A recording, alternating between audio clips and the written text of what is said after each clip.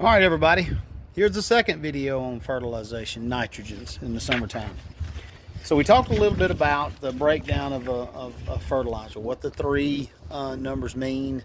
We did a little bit of math, how many pounds it would take a triple 13 to cover 1,000 square feet with a 13% nitrogen. If you had a 4600, it's only be 2 pounds.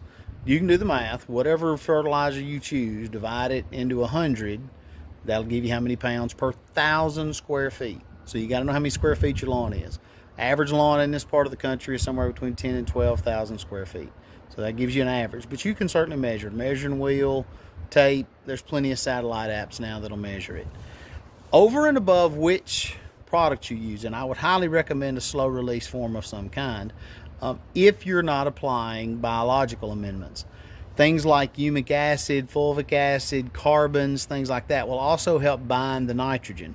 It'll help slow volatilization. It'll help increase uptake by increasing microbe activity in the soil. This is very important. There's been a lot of research done between the University of Georgia. There was a young lady that I was in a class about a month ago out of Auburn who's coming out with a new biological amendment product. I am a huge fan of them. Makes a huge difference. If you've got the right biological product from the right group, right company, we've seen a big improvement from it. But over and above which product you choose, again, high nitrogen, slow release, that's going to help.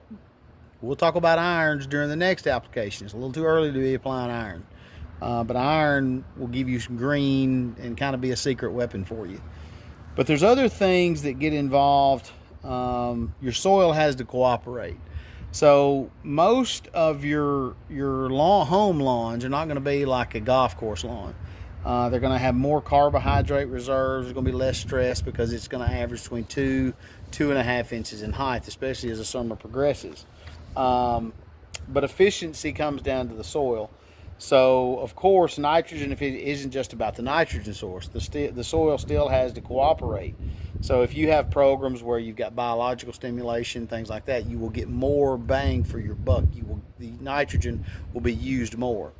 Keep this in mind. A lot of people just want to go out and throw nitrogen at it. Just pound it. That's not a great idea.